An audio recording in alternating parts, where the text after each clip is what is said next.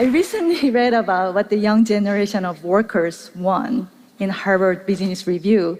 One thing that stuck out to me was, don't just talk about impact, but make an impact. I'm a little bit older than you, maybe much older than you, but this is the exactly same goal that I had when I was in college. I wanted to make my own impact for those who live under injustice. The reason that I became a documentary journalist, the reason I became the prisoner in North Korea for 140 days. It was March 17th, 2009. It's just St. Patrick's Day for all of you, but it was the day that turned my life upside down. My team and I were making a documentary about North Korean refugees living below human life in China. We were at the border. It was our last day of filming. There was no wire fence or bars or sign to show that it is the border. But this is a place where a lot of North Korean defectors use as an escape route. It was still winter, and the river was frozen. When we were in the middle of the river, on the frozen river, we were filming about the condition of the cold weather and the environment that North Koreans had to deal with when they seek for freedom. And suddenly, one of my team members shouted, "Soldiers!" So I looked back, and there were two small soldiers in green uniform with rifles chasing after us. We all ran as fast as we could. I prayed that please don't let them shoot my head. And I was thinking that if my feet are on Chinese soil, I'll be safe. And I made it to Chinese soil. Then I saw my colleague Laura Lin fell on her knees.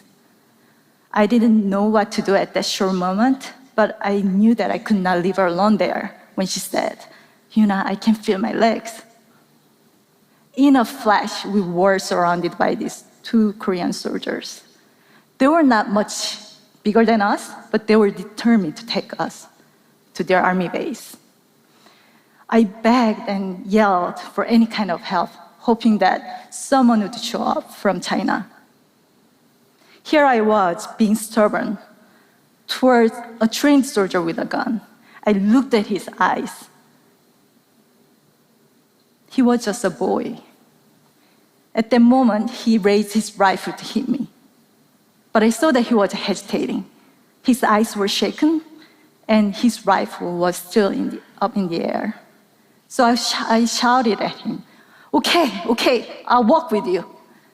And I got up. When we arrived at their army base, my head was spinning with these worst-case scenarios, and my colleague's statement wasn't helping. She said, "We are the enemy." She was right.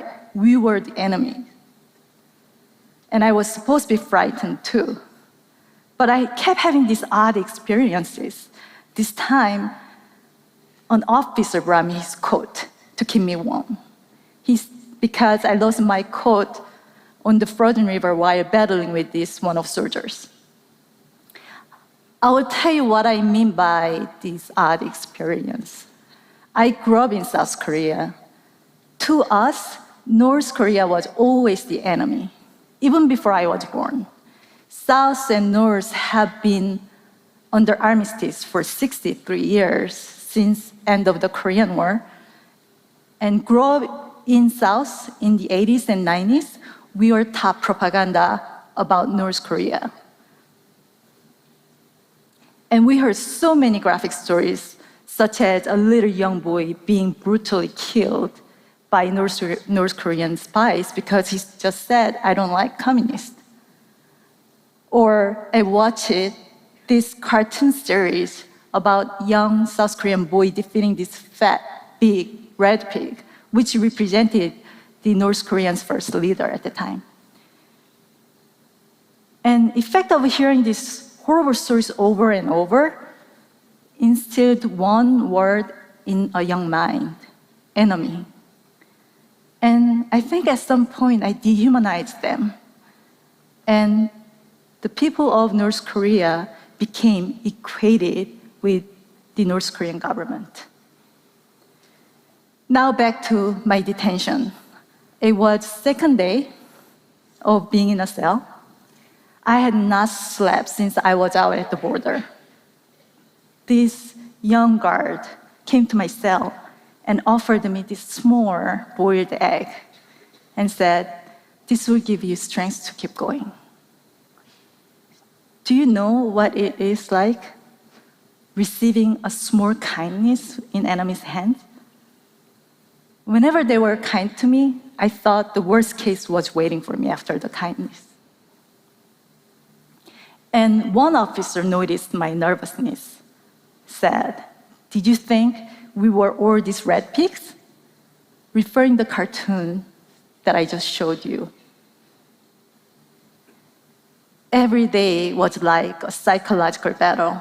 The interrogator had me sit at a table 6 days a week and had me writing down about my journey, my work over and over until I wrote down the confession that they wanted here. About 3 months of detention, the North Korean court sentenced me to 12 years in a labor camp. So I was just sitting in my room to be transferred. At the time, I really had nothing else to do, so I paid attention to these 2 female guards and listening on what they were talking about. Guard A was older and she studied English. She seemed like she came from an affluent family. She often showed up with these colorful dresses and then loved to show off. And guard B was younger one, and she was a really good singer. She loved to sing the Celine Dion's "My Heart Will Go On." Sometimes too much. She just knew how to torture me without knowing. And this girl spent a lot of time in the morning to put on makeup, like you can see in any young girl's life. And they loved to watch this Chinese drama, a better quality production. And I remember guard B said, "I can no longer watch our TV shows after watching this." And she got scolded for degrading her own country's produced TV show. Guard B had more of a free mind than guard A, and she got often scolded by guard A whenever she expressed herself. One day, they invited all these female colleagues, I don't know where they came from, to where I was held. And they invited me to their guard's room and asked if one-night stands really happen in the US. This is the country where young couples are not even allowed to hold hands in public. I had no idea where they got this information. But they were shy and giggling even before I said anything. I think we all forgot that I was their prisoner. And it was like going back to my high school classroom again. And I learned that these girls also grew up watching a similar cartoon, but just propaganda towards South Korea and the US.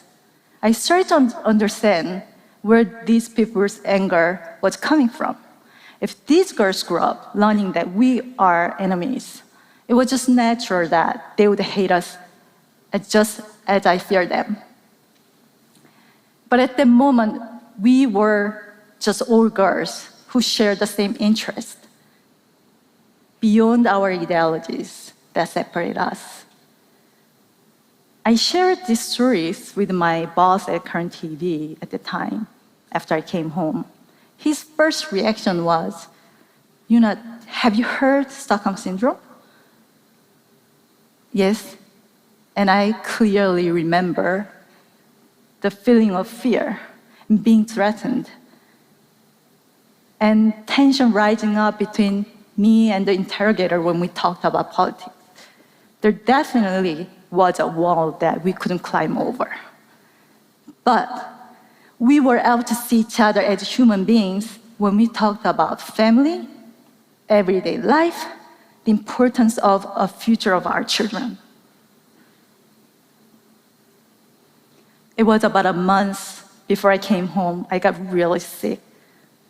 Guard B stopped by my room to say goodbye because she was leaving the detention center.